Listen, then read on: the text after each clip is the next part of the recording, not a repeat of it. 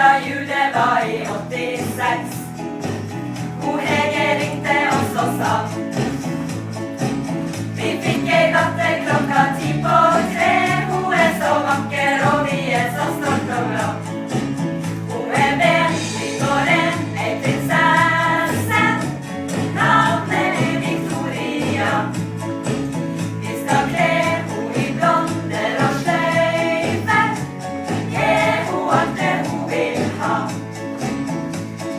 Men som lita pia var du sti og sta. Og gutteklær du skulle ha. Jeg vil at Stian skal være navnet mitt, så slutt å rope etter meg, Victoria. Har du hørt? Gutteskjørt, rosa kjole. Det ikke noe for meg. Gutteklær og især ei rød lue. Det var mye mer enn du vokste opp i et hus på Ankernes. Ja, det med stille og solarium og trær som å smake. En tekstemann og en lillebror, jordlega og rampestreker. Mor og far var travle hele dagen lang, og trengte hjelp av noen som kan. Dere ble passet på av Ingeborg og Snille Reidar, som var hennes ektemann. De var gode, begge to, de var dine. Ingeborg og Reidar mann. De var ofte å se ved din side. Du slang med foten som han. Men tida kom da du måtte si farvel. Til dette, ja, det måtte du beskrive seg og seg. For dere flytta til kongens by, og starta opp helt på ny. I Oslo fikk du prøve litt av hvert. Piano, timer og ballett. Av saksofon du også gikk helt lei. Du ville heller være fotballgutt på Skei. Det var lek, det var spill, mye glede. Videre det ble godt i søvn. Og med nye interesser til stede. Ungdomstida står for dør. Vil du vite hva som skjer? Ja. Så hør på oss litt mer. Hei!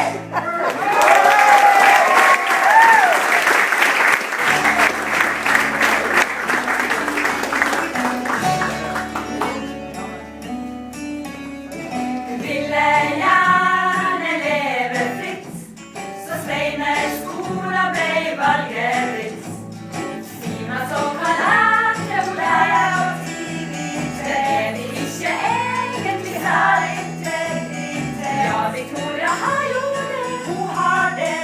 Ja, vilje sterk med meninger. Du ville ut, det var det du sa, og satte kursen mot USA. Du bor i verden, så var ikke det. Med kveld og sant, det hun har i leven. Det hun glad for eventyr. Hun skal leve livet, kanskje møte hun en fyr. Åh, for et deilig liv du lever. Du ung, du kan ta for deg alt du ser.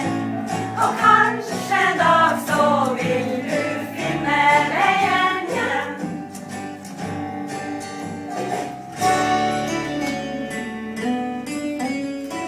Venteliv i mange år, du stadig nye høyder når. Drømmejobben laga du sjøl fra dør til dør. Skulle bli en bildirektør, hør og bør. Har turister med til nord, for å se dette vakre landet hvor vi bor. Når du sjøl skal få reise, koke ditt sinn, for flyene stein og bagasjen forsvinner. Du har nok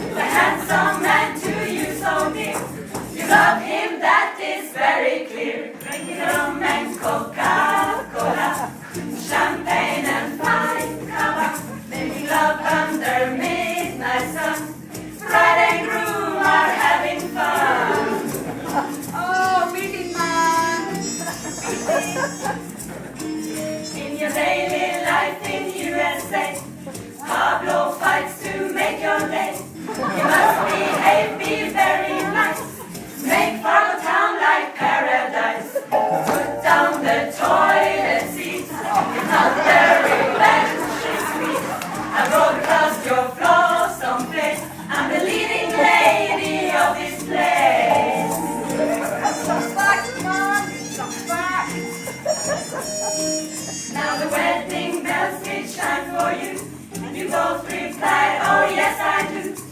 Lifelong partners is in and thick, whether healthy or disgusting sick. It's getting predictable, oh she's awful premenstrual.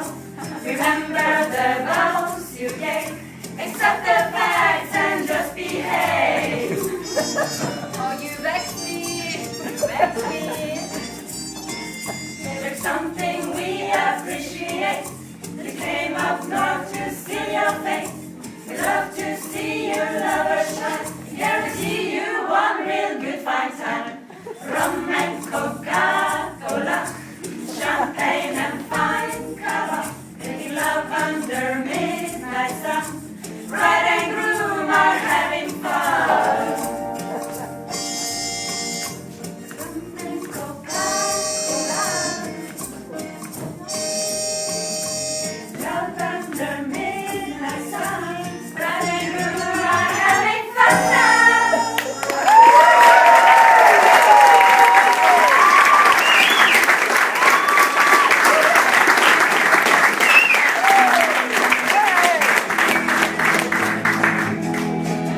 Katedralen med Lofothavet, vet jag gitt til et liv I lag.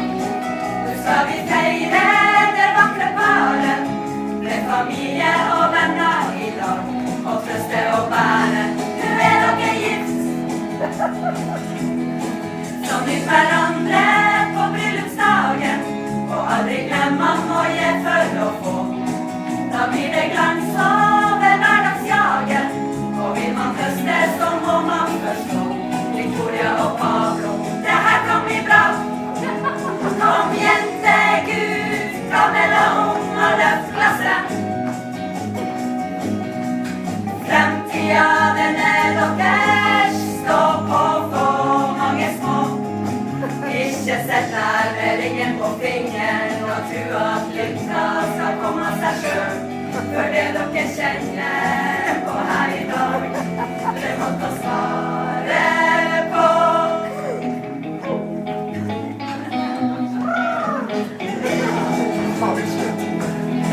Du prinsessa I eventyret, har fått en scarecrow å leke med.